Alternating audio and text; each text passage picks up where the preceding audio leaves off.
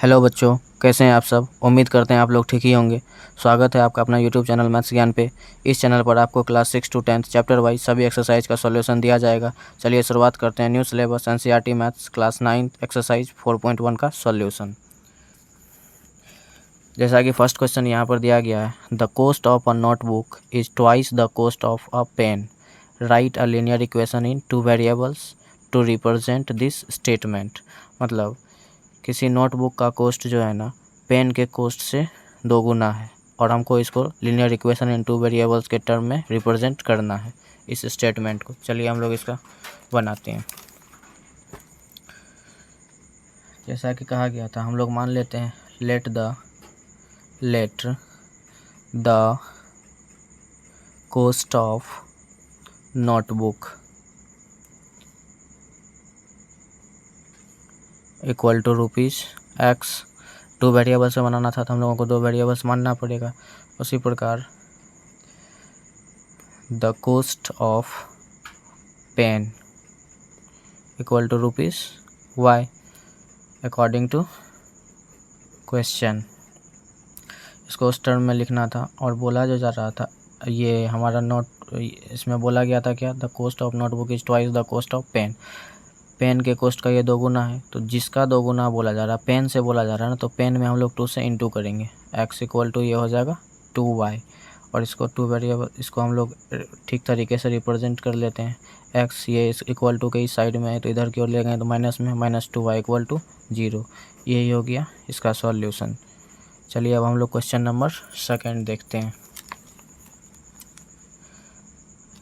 कह रहा है express the following linear equation in the form ax plus by plus c equal to 0 and indicate the value of a, b and c in each case.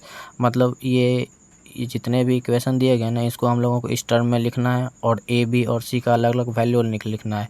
a, b, c होता है क्या, जैसे x का coefficient a कहलाएगा, y का coefficient b कहलाएगा and constant term c कहलाएगा। चलिए हम लोग सॉल्यूशन करते हैं, आपको बेटर तरीके से समझ में आएगा।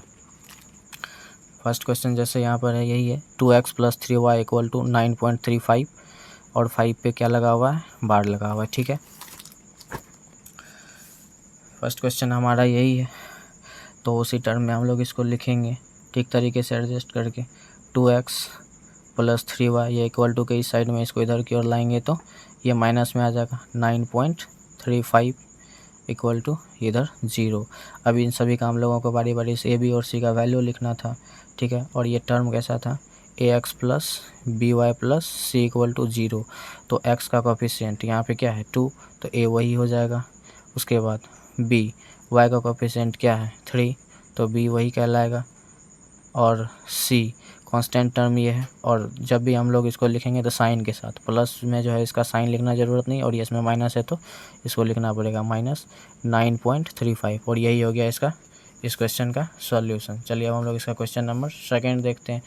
उसी टर्म में इसको भी हम लोग लिखेंगे x minus y upon 5 minus 10 equal to 0। ये ax plus by minus c के टर्म में है ही, तो इसके लिए यानी तो हम इसको ऐसे भी लिख सकते हैं, x equal to x minus 1/5, यहाँ पे -1/5 into y minus 10 equal to 0। -1 into y/5 करेंगे तो -y/5 आ ही जाएगा। अब यहाँ से देखिए x equal to a equal to आपका क्या हो जाएगा 1। x के कोफिशिएंट में कुछ नहीं है तो 1 तो छिपा हुआ है, तो a इक्वल टू 1 हो जाएगा। और b इक्वल टू हमारा y के कोफिशिएंट में 1/5 है तो -1/5 हो जाएगा। और कांस्टेंट टर्म क्या है -10। और यही इसका सॉल्यूशन हो गया। अब थर्ड नंबर क्वेश्चन भी इसी तरीके से सॉल्व होगा। ठीक है, चलिए इसको हम लोग ठीक तरीके से अरेंज कर लेते हैं। -2x plus 3y constant term को इधर लाएंगे तो -6 इक्वल टू 0। अब यहाँ पे a इसका क्या हो जाएगा -2 और b क्या हो जाएगा 3 और c क्या हो जाएगा -6। ये इसका सॉल्यूशन हो गया। अब चलिए हम लोग क्वेश्चन नंबर 4 देखते हैं। x इक्वल टू क्या दिया हुआ है 3y, तो x इक्वल टू 3y, इसको भी हम लोग अरेंज करके लिख लेते हैं। x ये इधर की ओर है तो इधर इक्वल टू के इस साइड लेंगे, माइनस में आ जाएगा -3y और कांस्टेंट टर्म के प्लेस पर कुछ भी नहीं है तो हम लोग मान लेते हैं 0 इक्वल टू इधर की ओर 0, तो a का वैल्यू क्या हो जाएगा 1 और b का वैल्यू -3 और c का वैल्यू 0। उसी तरीके से इसको भी हम लोग अरेंज करेंगे 2x equal to -5y। Arrange कर लेते हैं इसको, 2x इधर की ओर है, इसको इस साइड लाएंगे तो +5y हो जाएगा। कांस्टेंट टर्म कुछ नहीं है, इसको 0 मान लेते हैं इक्वल टू 0। यहाँ से a का वैल्यू क्या निकल के आएगा 2 और b का वैल्यू 5 और कांस्टेंट टर्म हमारा 0। अब नेक्स्ट चलिए हम लोग 6 नंबर क्वेश्चन देखते हैं 2 का।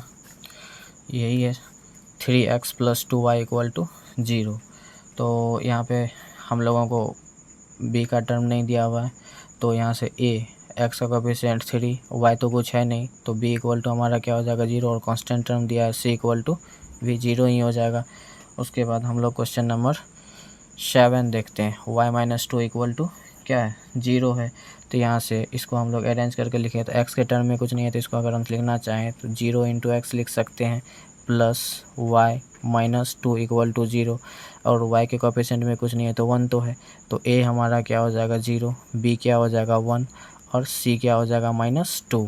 ये इसका सॉल्यूशन हो गया। और लास्ट क्वेश्चन है इसका 5 इक्वल टू 2x, तो इसको हम लोग अरेंज करके लिखना चाहें इधर की ओर 2x, इसको इधर की ओर लाएंगे तो -5 इक्वल टू 0। x a तो है लेकिन b वाला टर्म नहीं है, a इक्वल टू 2 हो जाएगा, b इक्वल टू y का तो कुछ कोएफिशिएंट है नहीं तो 0 और कांस्टेंट टर्म हमारा -5, और यही इसका सॉल्यूशन हो गया। उम्मीद करते हैं आप लोगों को ये एक्सरसाइज समझ में आया होगा। अगर आपको वीडियो अच्छा लगा हो तो चैनल को लाइक, सब्सक्राइब एवं कमेंट ज़रूर करें और अपने दोस्तों के साथ शेयर करें। धन्यवाद।